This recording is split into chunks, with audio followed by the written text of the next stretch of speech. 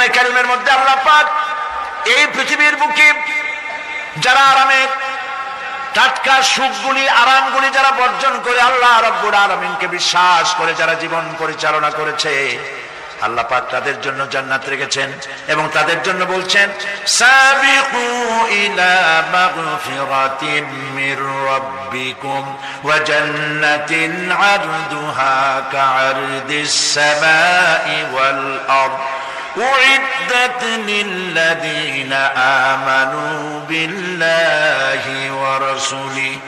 আল্লাহ পাক বলেন প্রতিযোগিতা করো আল্লাহর মাগফিরাত কামনার জন্য আর জান্নাতে যাওয়ার জন্য প্রতিযোগিতা করো, আল্লাহর রহমত পাওয়ার জন্য সৎ কাজের প্রতিযোগিতা করো, তাহলে আল্লাহ রাব্বুল আলামিন তোমাদেরকে ক্ষমা করবেন আর তোমাদের জন্য এমন জান্নাত দিবেন যেই জান্নাত আকাশের বিশালতার জমিনের বিশালতার মতো।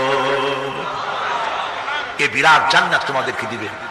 এই জান্নাত চিরস্থায়ী সুখ এবং শান্তি জায়গা হবে। مثل الجنة التي وعد المتقون فيها أنهار من ماء غير آسن وأنهار من لبن لم يتغير طعمه। আল্লাহ পাক বলছেন জান্নাত আল্লাহ পাক ওয়াদা করেছেন মুত্তাকিদের জন্য। আল্লাহ পাক জান্নাত দিবেন যে জান্নাতের ভিতরে রয়েছে মধুর প্রস্রবণ, রয়েছে দুধের প্রস্রবণ, রয়েছে সেখানে স্বচ্ছ পানীয় পানির প্রস্রবণ রয়েছে। এই সুন্দর জান্নাত ঝর্ণা ধারা আল্লাহ পাক সৃষ্টি করেছেন, বাগ বাগিচা দিয়ে ভরে রেখেছেন জান্নাত। সেই জান্নাতে জান্নাত হবে এয়ার কন্ডিশন, রৌদ্রের তাপ হবে না সেখানে, রৌদ্রের খরতাপ হবে না সেখানে, ঠান্ডার প্রচন্ডতা থাকবে না। কিরকম হবে জায়গাটা? আল্লাহ পাক বলছেন মুত্তাকিনা আলাল আরাইকি লা ইয়ারাউনা ফিহা শামসান ওয়ালা জামহারিরা ওয়া দানিয়াতান আলাইহিম যিলালুহা ওয়া যুল্লিলাত কুতুফুহা তাযলিলা। আল্লাহ পাক এমন জান্নাত রেখেছেন, সেই আল্লাহ পাক সেই জান্নাতের ভিতরে জান্নাতীরা ঠেস লাগায়া মুখোমুখি অবস্থায় তারা সেখানে বসবে, আর জান্নাতীদের মনের মধ্যে কোনো দুঃখ থাকবে না, পেরেশানি থাকবে না। পৃথিবীতে মানুষের দুঃখ থাকে, পেরেশানি থাকে, সেখানে কোনো দুঃখ আর পেরেশানি থাকবে না। সেই জায়গাটা হবে শীতাতপ নিয়ন্ত্রিত, না শীত না গরম, চির বসন্ত বিরাজ করবে। জান্নাতীরা সেখানে থাকবে। এই সুন্দর জান্নাত আল্লাহ পাক রেখেছেন মুত্তাকিদের জন্য। সুবহানাল্লাহ। কাফেরদের জন্য জান্নাত হবে, জাহান্নাম হবে চিরকাল। খালিদিনা ফিহা আবাদান, চিরকাল কাফেররা জাহান্নামে থাকবে। সর্বশেষ যে ব্যক্তি জাহান্নাম থেকে মুক্তি লাভ করবে তাকে আল্লাহ পাক বলবেন, ফেরেশতাদেরকে বলবেন, আমার ফেরেশতারা আমার এই বান্দাকে জান্নাত এবং জাহান্নামের মাঝখানে রেখে দাও। জান্নাত এবং জাহান্নামের মাঝখানে লোকটি যখন থাকার জায়গা পাবে সে জান্নাতের দিকে তাকায়া দেখবে আর কাঁদতে থাকবে। আল্লাহ পাক জিজ্ঞেস করবেন, বান্দারে যুগের পর যুগ ধরে জাহান্নামে কেঁদেছো, আমি রব্বুল আলামিন জাহান্নাম মাফ করে দিয়া জান্নাত জাহান্নামের মাঝখানে রেখে দিয়েছি, আযাব থেকে তো বেঁচে গেছো, এখন কাঁদো কেন? লোকটি বলবে, রব্বুল আলামিন কাঁদি এই কারণে, জাহান্নাম থেকে মাফ করেছো, তোমার শুকরিয়া আদায় করি। জান্নাত তো আমার কপালে নাই, কিসমতে নাই, কিন্তু জান্নাত আমি এখান থেকে দেখতে পাচ্ছি। জান্নাতের সুঘ্রাণ আমার নাকে আসতেছে, কপালে নাই যাওয়ার। আমি কাঁদি এই জন্য, তুমি যদি মেহেরবানি করে আমাকে জান্নাতের দরজার কাছে একটু দাঁড় করায় দিতা, প্রাণ ভরে তোমার জান্নাতের দৃশ্যটা একটু দেখতাম। আল্লাহ পাক তার আরজি পূরণ করবেন, বলবেন যাও, ফেরেশতাদের বলবেন এর জান্নাতের দরজার কাছে দাঁড় করায় দাও। জান্নাতের দরজার কাছে দাঁড়িয়ে লোকটি আবার কান্না শুরু করবে। আল্লাহ পাক প্রশ্ন করবেন, এবার কান্দো কেন? লোকটি বলবে, রব্বুল আলামিন কান্দি এই কারণে, জান্নাতের এই দরজায় দাঁড়ায়া জান্নাতের অফুরন্ত নেয়ামত কিছুই ভালো করে দেখা যায় না, শুধু অল্প জায়গা দেখি। যদি তুমি আমারে দয়া করে জান্নাতের মাঝখানে দাঁড় করায় দিতা, চতুর্দিকে তাকায়া তাকায়া দেখা কলিজারে ঠান্ডা বানাইতাম। তবে আমি ওয়াদা করি জান্নাতের কোনো নাজ নেয়ামত, কোনো ফল আমি খাবো না, ধরবো না, ছুঁইব না, একটুখানি মেহেরবানি করে মাঝখানে দাঁড় করাইয়া দাও, জানলারে ঠান্ডা করি। আল্লাহ রাব্বুল আলামিন ফেরেশতাদের বলবেন, আমার এই বান্দারে জান্নাতের মাঝখানে দাঁড় করাইয়া দে। আল্লাহর নবী বলেন, জান্নাতের মাঝখানে দাঁড়িয়ে লোকটি আগের চাইতে আরো জোরে চিৎকার মেরে কাঁদতে থাকবে। আল্লাহ পাক বলবেন, বান্দারে কি হলো তোর? দরজার কাছে আসতে চাইছিলে, আইনা দিলাম। আবার এবার মাঝখানে আসতে চাইছো, তাও এনে দিয়েছি। আবার কান্দো কেন? লোকটি বলবে, রব্বুল আলামিন, এবার কান্দি এই জন্যে তুমি যখন দয়া করে একটিবার জান্নাতের মাঝখানে এনে আমাকে দাঁড় করায় দিয়েছো, তুমি রহমান রহিম গফুরুর রহিম, এই জান্নাত থেকে আবার আর বাইর করে দিও না। আল্লাহ রাব্বুল আলামিন বলবেন, ও আমার বান্দারে, আমার এই জান্নাত তোর খুব পছন্দ হয়েছে নাকি? লোকটি বলবে, রব্বুল আলামিন, কলিজা ঠান্ডা হয়ে গেছে, ভাবতেও পারি না এই জান্নাত এত সুন্দর। আল্লাহ পাক বলবেন, বান্দারে, এরকম একটি নয়, দুইটা নয়, তোর জন্য আমি 10টা জান্নাতে এরকম রিজার্ভ করে রাখছি। সুবহানাল্লাহ। আল্লাহ পাককে ভয় করে পৃথিবীর সমস্ত পাপ থেকে যারা নিজেকে রক্ষা করবে, আল্লাহ তাদের জন্য এই জান্নাত রেখে দিয়েছেন। সুবহানাল্লাহ। সেই জান্নাতের রিসিপশন আপনারা আন্দাজ করতে পারবেন না, রিসিপশন কারে কয়। কি এর প্রধানমন্ত্রী আর প্রেসিডেন্ট, 4-5টা পুলিশ আর আর্মি আসে একটা ফট করে সেলুট মারলো, বা শেষ হয়ে গেল, এরকম না। জান্নাতীদেরকে রিসিপশন দেওয়া হবে।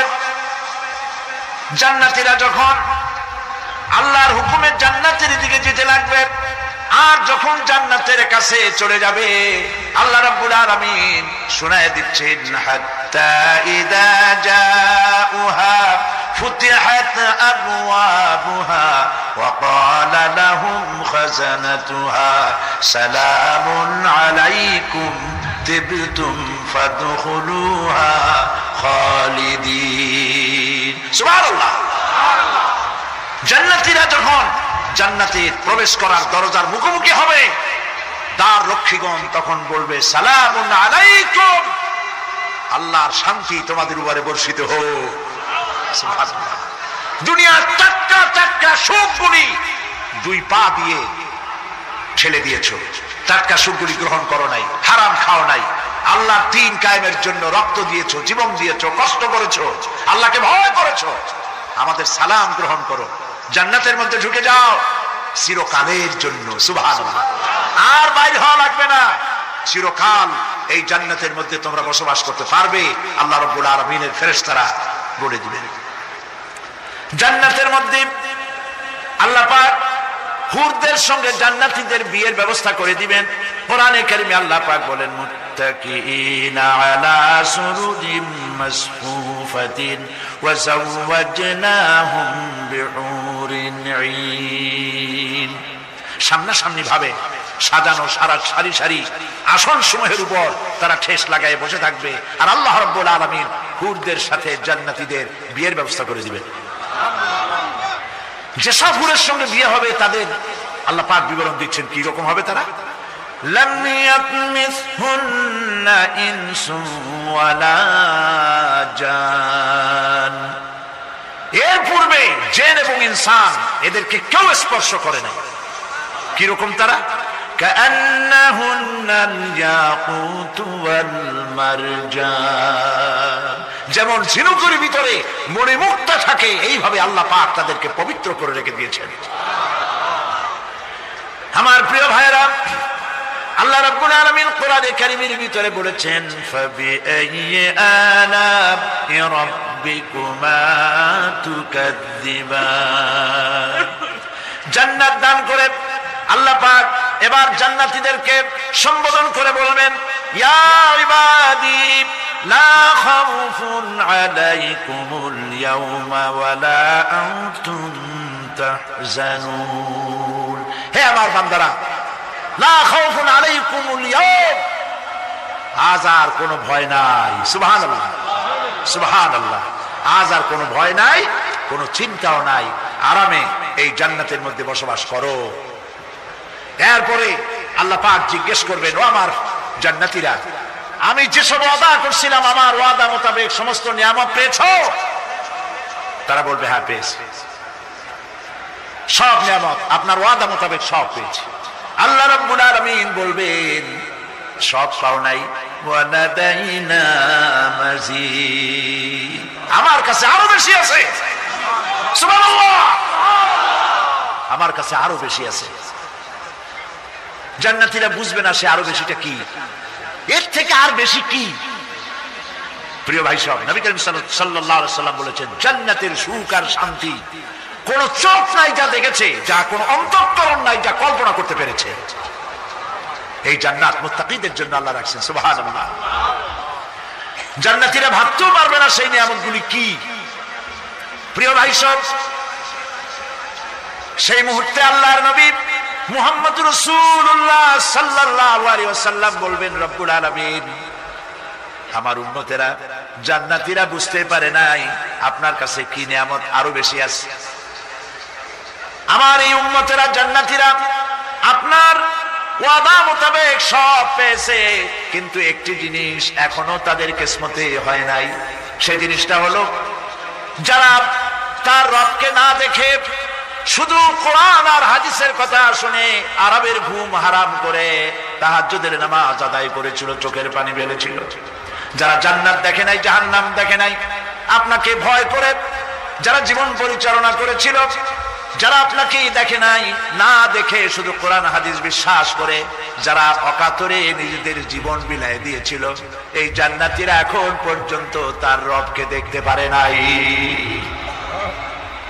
আল্লাহ রাব্বুল আলামিন তার সামনে থেকে ৭০,০০০ পর্দা সরে যাবে। আল্লাহ পাক বান্দাদের আরজি পুরা করার জন্য জান্নাতীদের সামনে তিনি জালোয়া ফরজ হবে।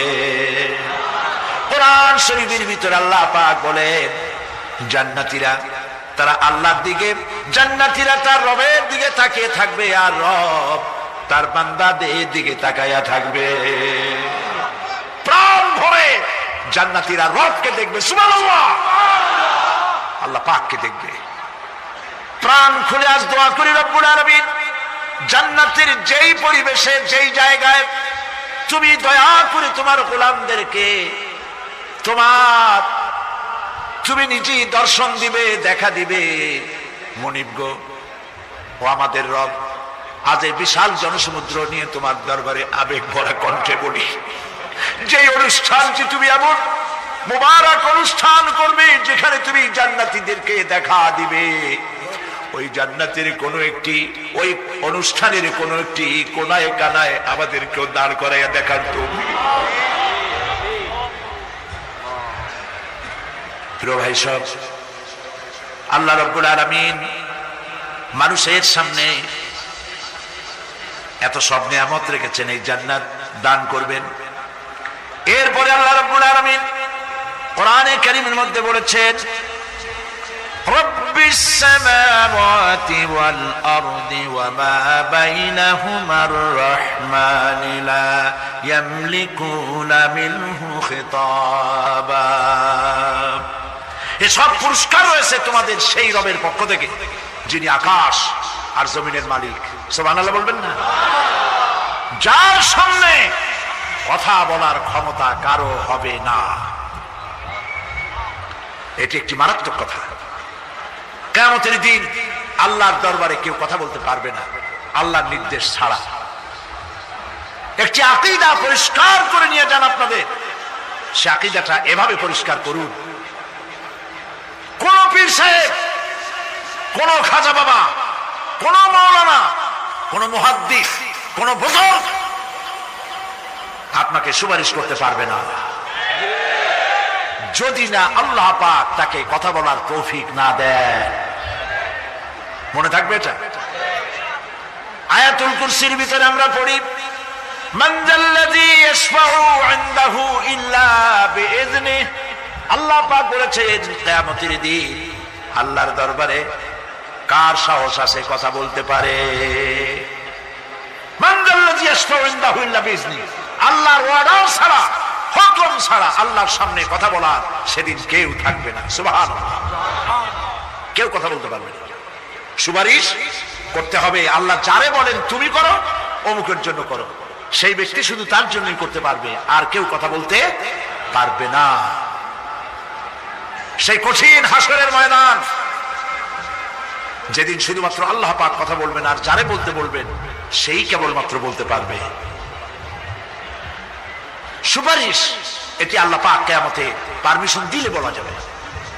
হযরত ইব্রাহিম আলাইহিস সালাম কিয়ামতের দিন তার নিজের পিতা সম্পর্কে সুপারিশ করবেন। রব্বুল আলামিন, আমার আব্বার জন্য সুপারিশ করতেছি, মেহেরবানি করে জাহান্নাম থেকে তারে আপনি রক্ষা করুন।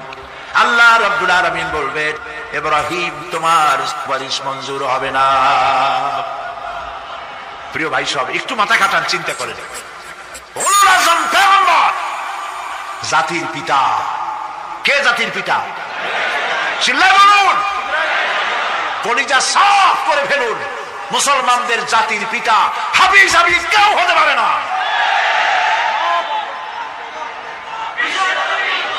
মিল্লাতা আবিকুম ইব্রাহিম, ইব্রাহিম আলাইহিস সালাম এই মিল্লাতের পিতা। সুবহানাল্লাহ। হযরত ইব্রাহিম আলাইহিস সালাম কিয়ামতের দিন বলবেন, আল্লাহ আমার আব্বার জন্য সুপারিশ করছি। আল্লাহ পাক বলবেন, মঞ্জুর হবে না। আজর তোমার পিতা হতে পারে, কিন্তু আমার খলিলকে আগুনে ফেলার জন্য নমরুদকে সে সহযোগিতা করেছে, আমি তোমার পিতাকে ক্ষমা করব না। নবী করিম সাল্লাল্লাহু আলাইহি সাল্লামকে সাহাবায়ে কেরাম জিজ্ঞেস করেছেন, হে রাসূল, আপনার আব্বা এবং আম্মার অবস্থা কি হবে? নবী করিম সাল্লাল্লাহু আলাইহি সাল্লাম কেঁদে ফেলেছেন, সাফ বলেছেন, আমি তাদের কোনো উপকারে আসব না। আল্লাহু আকবার। আপনি মনে করছেন নাকি যে ইয়া নবী সালাম আলাইকা বলি অমনি নবী সুপারিশ পাবে? এত সহজ। কতগুলা রসগোল্লা খাইলেন আর বড় একটা মিছিল করলেন, আর অমনি চলে যাবেন? পৃথিবীর সব মানুষ, সাহাবায়ে কেরাম বাদ দেন, পৃথিবীর সমস্ত মানুষ একত্রিত হয়ে আবু তালেব রাসূলুল্লাহকে যে ভালোবেসেছেন, ওর 1000 ভাগের 1 ভাগও সারা দুনিয়ার মানুষ রাসূলুল্লাহকে ভালোবাসতে পারবে? পারবে? নিজের ছেলে আলীকে, আলী রাদিয়াল্লাহু তাআলা আনহুকে আলাদা বিছানায় শোয়াইয়া, ছোট্ট মানুষ হযরত আলী আলাদা জায়গায় রাখিয়া মুহাম্মদুর রাসূলুল্লাহ সাল্লাল্লাহু আলাইহি সাল্লাম এতিম মানুষ তারে কলিজার সাথে বুকের মধ্যে আশ্রয় করে দিয়ে আগলে রেখেছেন বুক ভরে। সেই আবু তালেব মৃত্যুর সময় নবী করিম সাল্লাল্লাহু আলাইহি সাল্লাম বলেছিলেন, চাচা একটি বার আমার কানে তাওহীদের কালেমা শোনায় দেন। আবু তালেব তার কিসমতে ছিল না কালেমা। মরে যাওয়ার পর একজন সাহাবী বলেছিলেন, ইয়া রাসূলুল্লাহ, মৃত্যুর সময় আবু তালেবের মুখ আমি নড়তে দেখেছি, তিনি কালেমা পড়েছেন সম্ভবত। রাসূলুল্লাহ সাফ বলেছেন, আমি শুনি নাই। এত ভালোবাসার পরেও হাদিস শরীফে এসেছে আবু তালেব জাহান্নামে যাবে। কোথায় যাবে? জাহান্নামে। সবচাইতে কম আযাব হবে কার? আবু তালেবের। কম আযাবটা কি? হাদিস শরীফে এসেছে কম আযাব হলো জাহান্নামের আগুন দিয়ে এক জোড়া জুতা তৈরি করে আবু তালেবের পায়ে পরিয়ে দেওয়া হবে। সেই জাহান্নামের আগুনের তৈরি করা জুতার তাপে আবু তালেবের মাথার ঘিলুগুলো টকবক করে বউ পড়তে লাগবে। এত ভালোবেসে যদি কিয়ামতের উপায় না হয়, আপনি ইয়া নবী সালাম আলাইকা, ইয়া রাসূল সালাম আলাইকা, আর কতগুলো জিলাপি খাইলেন, বড় একটা মিছিল করলেন। প্রিয় ভাই সব, এইসব বিদআত ছাড়ুন, এগুলি সুস্পষ্ট বিদআত। রাসূলুল্লাহকে ভালোবাসবেন, সাহাবীরা যেভাবে ভালোবেসেছেন ওইভাবে ভালোবাসবেন। আল্লাহ রাব্বুল আলামিন বলেন, যালিকাল ইয়াউমুল হক ফামান শাআ আত্তাখাযা ইলা রাব্বিহি মাআবা। এই দিনটি অবশ্যই আসবে, সেদিনটি নিশ্চিতভাবে আসবে। আর এখন যার ইচ্ছা সে তার রবের দিকে অগ্রসর হোক। ইন্না আনজারনাকুম আযাবান করিবান ইয়াওমা ইয়ানজুরুল মার'উ মা কদ্দামাত ইয়াদাহু ওয়া ইয়াকুলুল কাফিরু ইয়া লাইতানি কুনতু তুরাবা। ইন্না আনজারনাকুম আযাবান করিবা, খুব নিকটবর্তী একটি আযাব সম্পর্কে আমি তোমাদেরকে সতর্ক করে দিলাম। কে বলতেছে? আল্লাহ পাক। লক্ষ্য করুন আল্লাহ কি বলছেন, খুব নিকটবর্তী একটি কঠিন শাস্তি, আযাব অর্থাৎ কিয়ামত, এ সম্পর্কে আমি তোমাদেরকে সতর্ক করে দিলাম। ইয়াউমা ইয়ানজুরুল মারউ মা কদ্দামাত ইয়াদা, সেদিন প্রত্যেকটি লোক যা সে পাঠিয়ে দিয়েছিল এখানে, অর্থাৎ যা করেছিল সেগুলি সে দেখতে পাবে। আর তখন ওয়ায়াকুলুল কাফিরু ইয়া লাইতানি কুনতু তুরাবা, সেই কিয়ামতের ময়দানে অবস্থা দেখে কাফেররা বলবে, আহারে মানুষ না হইয়া যদি মাটি হইয়া যেতাম, যদি মাটি হতাম, যদি মানুষ না হয়ে না জন্মতাম, আজ এই হাসরের ময়দানে এইখানে এই বিচারের মুখোমুখি হতাম না, মাটি হইলে বরং অনেক ভালো হতো। এই পৃথিবীতে আমরা এসেছি, চলে যাব, যাওয়ার আগে এই কোরআন একটি বিশাল জনগোষ্ঠী এমন বানাতে চেয়েছে, যে জনগোষ্ঠী এই কোরআন দিয়ে একটি বিশাল সমাজ গড়বে, রাষ্ট্র গড়বে, এমন রাষ্ট্র গড়বে যেই রাষ্ট্রে দুঃখ থাকবে না, অশান্তি থাকবে না, যেখানে সুখ থাকবে, সমৃদ্ধি থাকবে, আর কিয়ামতের দিন আল্লাহর জান্নাতে তারা চলে যাবে। তেমন একটি সমাজকে আমরা চাই। সবাই বলেন সেরকম একটি সমাজকে আমরা চাই। প্রিয় ভাই সব, কিয়ামতের দিন আমরা যেতে চাই জান্নাতে। কোথায় যেতে চাই বলেন? জোরে বলেন। এই জান্নাতে যাওয়ার জন্য, এই জান্নাতে যাওয়ার জন্য দুইটা কাজ করতে হবে। কয়টা কাজ? আল্লাহ রাব্বুল আলামিন বলেন, ফামান কানা ইয়ারজু লিকা রাব্বিহি ফালইআমাল আমালান সালিহান ওয়া লা ইউশরিক বিইবাদাতি রাব্বিহি আহাদা। আল্লাহ পাক বলেন, যে বাজারা আমার সঙ্গে দেখা করতে চায় কিয়ামতে, দুইটা কাজ করা লাগবে। বলেন কয়টা কাজ? একটা হলো নেক আমল। কি আমল বলেন? নেক আমল। নেক আমল কারে বলে? নেক আমল করতে হলে আবার দুইটা শর্ত লাগে। এক নম্বরে কাজটা করতে হবে আল্লাহরে খুশি করার জন্য। কারে খুশি করার জন্য? একটা মাদ্রাসা বানাইছি যাতে লোকেরা বলে যে বড় একটা মাদ্রাসা বানাইছি, এই জন্য মাদ্রাসা বানাবেন, মসজিদ বানাবেন, হসপিটাল বানাবেন, যা কিছু করেন নিয়ত হবে আল্লাহকে খুশি করা। নিয়ত হবে কারে খুশি করা? আল্লাহ পাককে খুশি করা। এই হলো নেক আমলের প্রথম শর্ত, কাজ হবে আল্লাহকে খুশি করার জন্য। দুই নম্বরে কাজটি হতে হবে সুন্নতে নববী সাল্লাল্লাহু আলাইহি ওয়াসাল্লামের উপরে। মনে থাকবে, দাড়ি রাখবো। কেন রাখবো?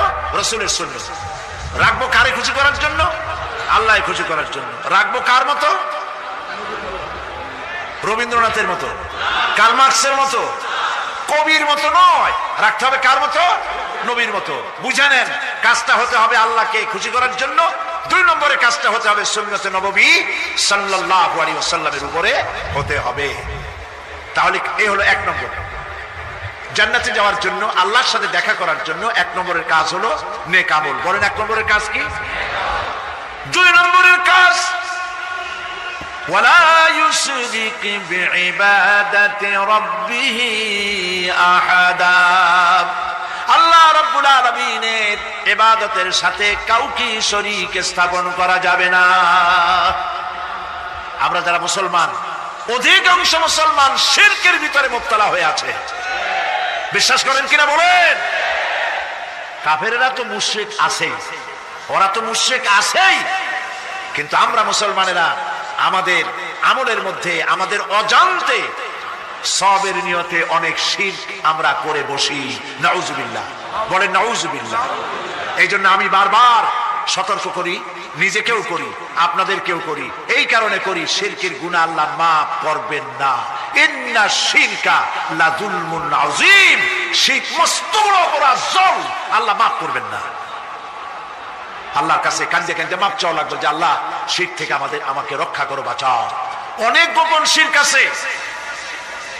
মাজারে যান, পীর সাহেবের কাছে যান, মনে যদি নিয়ত থাকে উনি ফু দিলে আমি ভালো হবই, উনি তাবিজ দিলে আমার বাচ্চা হবেই, উনি আমারে দয়া করলেই আমার ব্যবসায় উন্নতি হবেই, এইটার নাম শিরক। এটার নাম কি? ওয়াইজা সাআলতা ফাসআলিল্লাহ ওয়াইজা ইসতাআনতা ফাসতাইন বিল্লাহ। যা বলার আল্লাহরে বলো, আর যা চাওয়ার কার কাছে চাও? চিল্লায় বলেন। কলিজাটাকে পরিষ্কার করে যান আজকের মাহফিলে। এই কলিজায় কারো প্রতি কোনো ভয় রাখবো না আল্লাহ ছাড়া। ভয় করবো কারে বলেন? মহব্বত আল্লাহ ছাড়া, এত বেশি মহব্বত আর কাউকে করবো না। আল্লাহ তাআলা আমাদের কলিজায় তোমার ভয় এবং মহব্বত দিয়ে ভরে দাও, রাসূলের মহব্বত দিয়ে আমাদের দিলকে ভরে দাও। বিশ্বাস করুন ভাই সাহেব, কোরআন শরীফ আমার সামনে, বিশ্বাস করুন, দেশি পীর বিদেশি পীর, খাজা বাবা দেশি এবং বিদেশি, কেউ আপনার ভাগ্য বদলাই দিতে পারবে না। এই পিছনে দৌড়ায় দৌড়ায় কোনো লাভ নয়। এতক্ষণ মসজিদের ভেতরে বসে আল্লাহর কাছে কাঁদেন। ওয়াকালা রাব্বুকুম উদউনি আস্তাজিব লাকুম। তোমার রব বলেছে আমারে ডাকো, আমি ডাকের সাড়া দিয়ে দেব। সুবহানাল্লাহ। আর আল্লাহ বলেছেন আমার ইবাদতের সাথে কাউকে শরীক করবে না। খবরদার। আলাইসাল্লাহু বিকাফিন আবদা। আল্লাহ প্রশ্ন করছেন, আলাইসাল্লাহু বিকাফিন আবদা, আমি কি আমার বান্দার জন্য যথেষ্ট নই? চিল্লায় বলুন অবশ্যই যথেষ্ট। আবার বলেন অবশ্যই যথেষ্ট। কলিজা সাফ করে ফেলেন। সম্রাট শাহজাহান, দিল্লির সম্রাট, হাবিজাবি সম্রাট না, দিল্লির সম্রাট। এখন কোথায়? কবরে। কবি বলতেছেন, শাহনে জাহাं को जिन्हें फक्र से देते थे बाज, शाहने जहां को जिन्हें फक्र से देते थे बाज, वाज कब्र में है सूरह अलहम्दु की मोहताज। সারা ভারতবর্ষ যারা ট্যাক্স দিয়ে নিজেকে সৌভাগ্যবান বলে মনে করত, সে আজ কবরের মধ্যে ভিক্ষুকের মতো সূরা আল-হামদুর মতো একটি সূরার মুহতাজ হয়ে ভিক্ষুকের মতো শুয়ে আছে। সম্রাট শাহজাহান মসজিদে বসে আছে, এক ফকির ঘুরতেছে। লোকেরা কয় ছোটবেলা থেকেই তোমারে খয়রাত করতে দেখলাম, ভিক্ষা কি জীবনেও যাবে না তোমার? লোকটি বলছে আমি ভিক্ষা করবো ছাড়া আমার উপায়টা কি? এই লোকটি আমি ভিক্ষা করা ছাড়া করবো কি? লোকেরা তো আমার 60 টাকা 50 টাকা 100 টাকা দেয় না, 4 আনা 5 আনা 1 টাকা, এই আমার এ দিয়ে আমি বড় লোক হবো কেমন? লোকটি বলছে আচ্ছা দেখো, তুমি তো জায়গা মতো যাইতে পারো নাই, বাদশার কাছে যাও, এমন দেওয়া দেবে জীবনে আর খয়রাত করা লাগবে না। তো বাদশার কাছে কি খয়রাতি যাইতে পারে কোনোদিন? হ্যাঁ এখন পারবো। কেমনে? সম্রাট শাহজাহান এখন একা একা মসজিদে আছেন। তখনকার এসব বাদশারা অনেকে নামাজি ছিলেন, দিনদার ছিলেন। ফকির দরজার কাছে দাঁড়াইয়া দেখতে পাচ্ছে কেউ নাই, দেহরক্ষীরা দূরে দূরে দাঁড়ানো। বাদশাহ মসজিদের ভেতরে বসে হাত তুলে ঝুলতেছে আর কাঁদতেছে, চোখের পানি দিয়া দাঁড়িয়ে ভিজে ভিজে পড়ছে। এই দৃশ্য অনেকক্ষণ দেখলো ফকির। কিছুক্ষণ পর সম্রাট শাহজাহান মসজিদ থেকে বেরিয়ে আসছে। ফকির বলছে আসসালামু আলাইকুম হুজুর। তিনি বললেন ওয়ালাইকুম আসসালাম, চলে গেল। বাদশা বলল আমার কাছে তো কেউ আইসা কিছু না চাইয়া তো যায় না, এর দেখলাম খয়রাতির মতো কিছু চাইলো না, বেটা ভয় করলো নাকি? আমি এদিকে আসো। আসছে। ভয় পাইছো? কয় না ভয় পাইনি। তো কিছু যে চাইলে না? ফকির বলছে জাহাপানা সত্যিই কিছু চাইতে আসছিলাম, তারপর চাইলে না কেন? ফকির বলছে জাহাপানা সারা জীবন ভিক্ষা করেছি, আর আজ দিল্লির সম্রাটের কাছে বেশি পাওয়ার লোভে এসেছি না, কিন্তু আপনার দশা দেখা আমার জ্ঞানের চোখ খুলে গেছে। আমি লক্ষ্য করে দেখলাম আমি সম্রাটের কাছে চাইতে এসেছি, হাত তুলি নাই, বিনয় প্রকাশ করি নাই, চোখের পানি ফেলি নাই, কিন্তু লক্ষ্য করে দেখলাম দিল্লির সম্রাট আমার চাইতেও বড় ভিক্ষুকের মতো। আবার কোন সম্রাটের কাছে হাত তুলে কান্দে?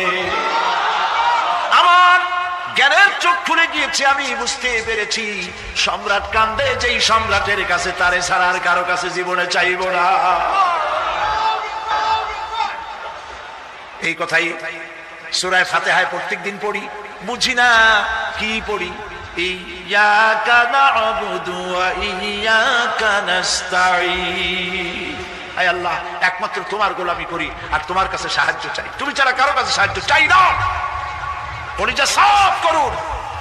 কোন মরা পীর, কোন জিন্দা পীর আপনার মনের আশা পুরা করতে পারবে না, পারবে না, পারবে না। আর আজ থেকে আজ থেকে কোন মাজারে টাকা দিবেন না, পয়সা দিবেন না, আগরবাতি দিবেন না, মোমবাতি দিবেন না, গোলাপ পানি দিবেন না। কারা কারা দিবেন না হাত উঁচু করে দেখা। সুবহানাল্লাহ, আলহামদুলিল্লাহ, লা ইলাহা ইল্লাল্লাহ। সুবহানাল্লাহ, আলহামদুলিল্লাহ, লা ইলাহা ইল্লাল্লাহ। সুবহানাল্লাহ,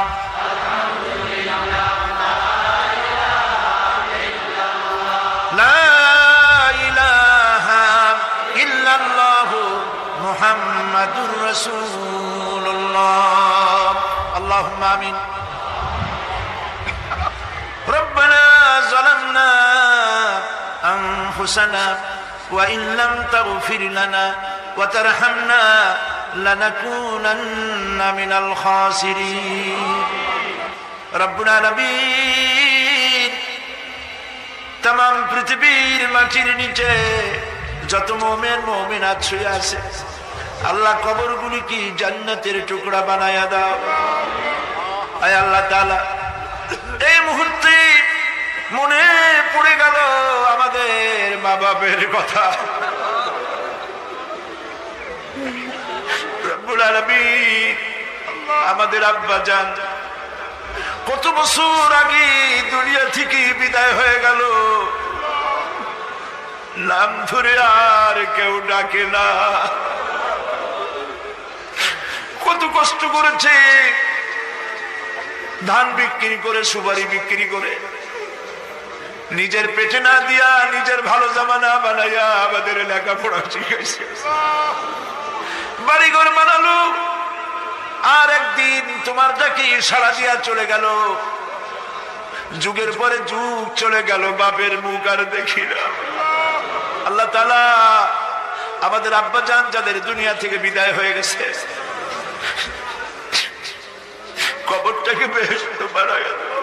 তুমি সম্রাটের সম্রাট, তুমি রাজাধিরাজ, তোমার মহব্বত ছাড়া কোনো মহব্বত যেন কলিজায় থাকে না মাবুদ। তোমাকে ছাড়া কাউকে যেন ভয় করি না মাবুদ। সারা জীবন শিরক আর বিদআত থেকে আমাদের তুমি বাঁচাও আল্লাহ। তোমার জাহান্নামকে আমরা ভয় পাই।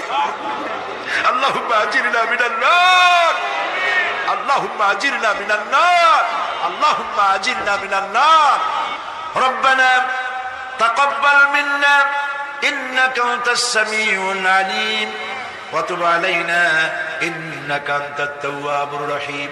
সুবহান রাব্বিকা রাব্বিল ইজ্জাতি আম্মা ইয়াসিফুন ওয়া সালামুন আলাল মুরসালিন ওয়ালহামদুলিল্লাহি রাব্বিল আলামিন। ওয়াজআল আখিরা কালামিনা ইনদাল মাউত লা ইলাহা ইল্লাল্লাহু মুহাম্মাদুর রাসূলুল্লাহ।